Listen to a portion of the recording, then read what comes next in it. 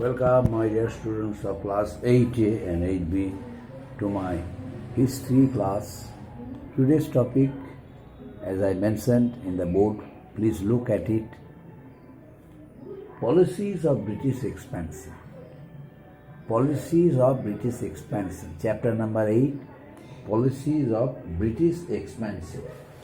First point, expansion of company. You know, the East India Company acquired both wealth and money, and political power.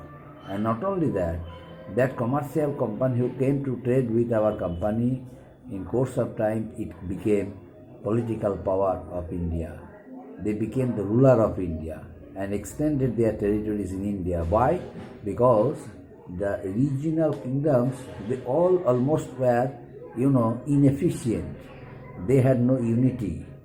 Neither they had unity, nor they had any aspiration, nor they had any, sympathy, nor they had any love for their motherland, India. That's why they always remain busy in fighting against each other. They always remain busy in safeguarding their own interests. By taking these undue advantages,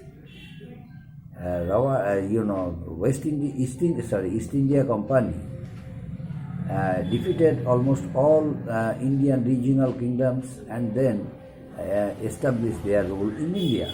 So this is about expansion of East India Company. And next one, expansion under Governor General. After the expansion of British East India Company's reign in India, a number of Governor Generals were appointed by Headquarter East India Company, England. As a result, a number of Governor Generals came to India and shouldered their responsibilities and tried to establish the political control of the British in India. It was Lord Wellesley, who also came as a Governor General of India and ruled from 1798 to 1805. And within this time, this duration, Lord Wellesley introduced subsidiary alliance. And this subsidiary alliance was nothing but an act of expansion, an act of expansion British territories in India without facing financial burden. This is subsidiary alliance.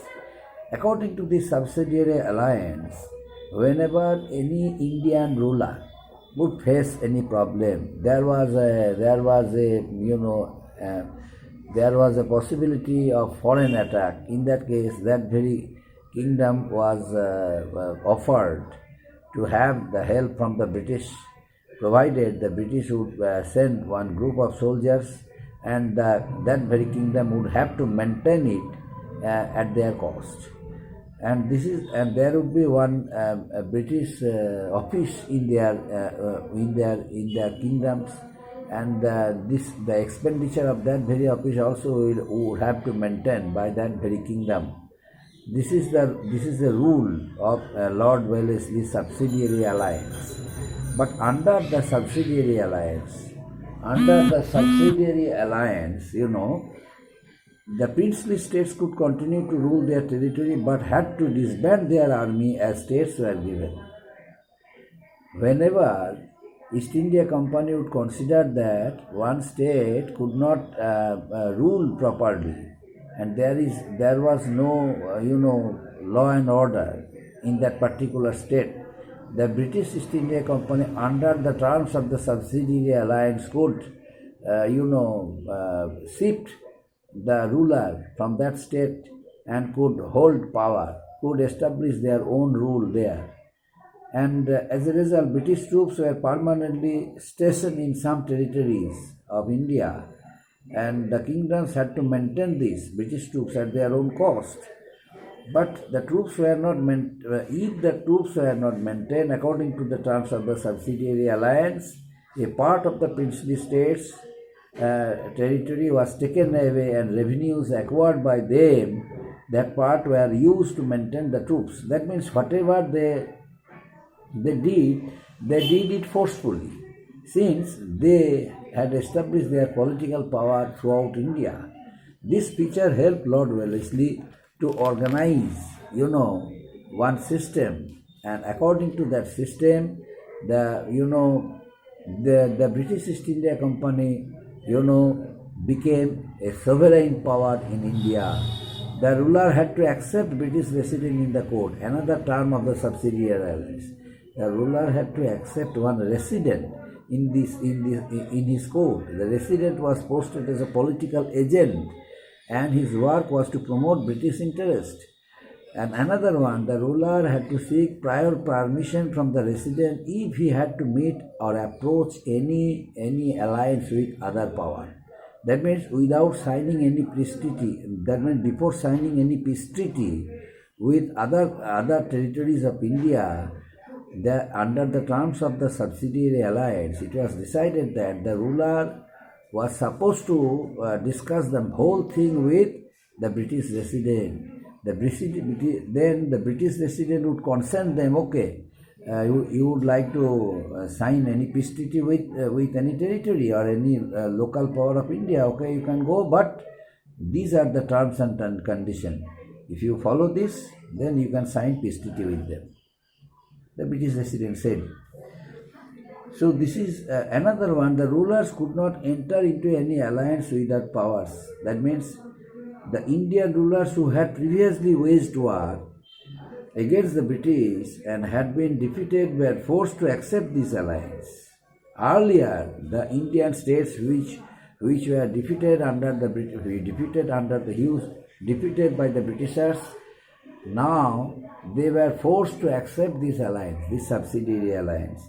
And many Indian states entered into this subsidiary alliance. Who was the first to enter this subsidiary alliance? Was Nizam of Hyderabad in the year 1798, who was followed by the ruler of Mysore, the Rajput kings, the Nawab of Ayodhya, and finally the Marathas.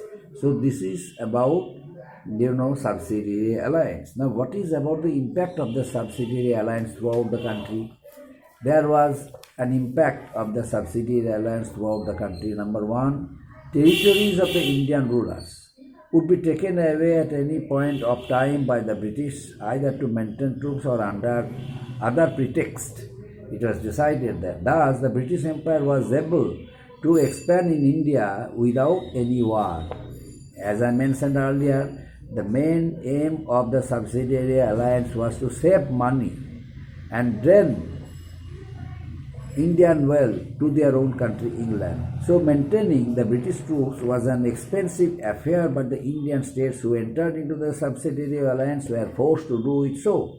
Hence, the British were able to maintain a large army at the expense of the Indian rulers. The presence of the British resident in the court curtailed the influence of other foreign powers in the Indian court and proved beneficial to the company.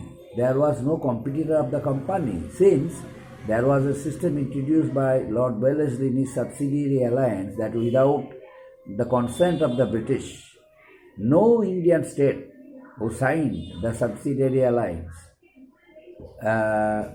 would make for any peace settlements with others. That means the consent of the British resident is important. The British resident would consent them, would give their consent, then they would be able, then they could obtain the right to sign any peace treaty or peace settlement or alliance with other powers of India.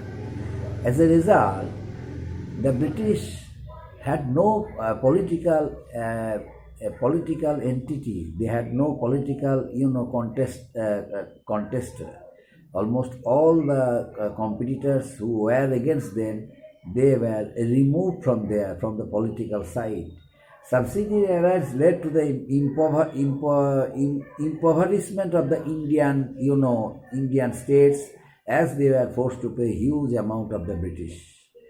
The economic strain or impoverishment often led to the collapse of the administration. This provided an opportunity for the British to occupy the state immediately.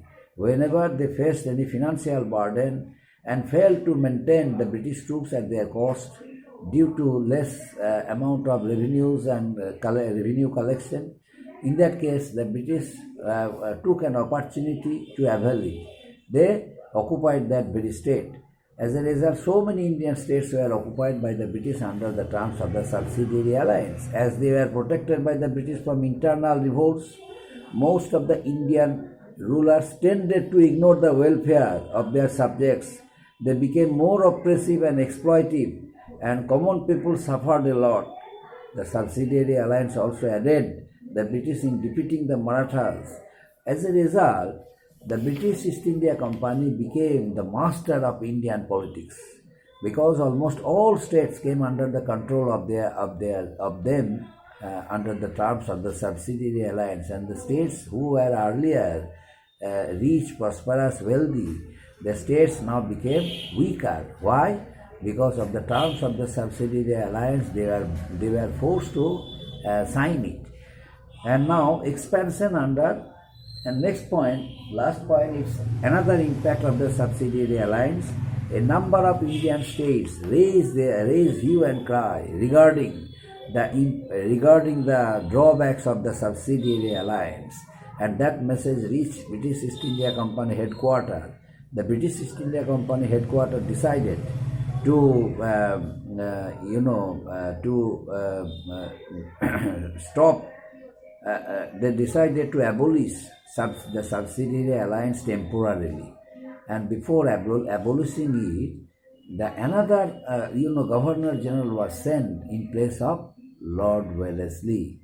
Although Lord Wellesley extended British East India Company in India, the British Empire throughout the country India, by hook or by crook, honestly, not honestly but dishonestly, but that wave of repercussion, anger of the Indian princely states reached British East India Company headquarters, England. That's why finally they decided to abolish subsidiary alliance. But in presence of Lord Wellesley, they could not abolish subsidiary alliance because it would harm the sentiments of Lord Wellesley, since he dedicated his life for the welfare of the British East India Company and strengthened the military power of the British in India. That's why in place of Lord Wellesley, they sent another one as the Governor General of India. Who was he? He was Lord Hastings. Lord Hastings was sent as the Governor General of India.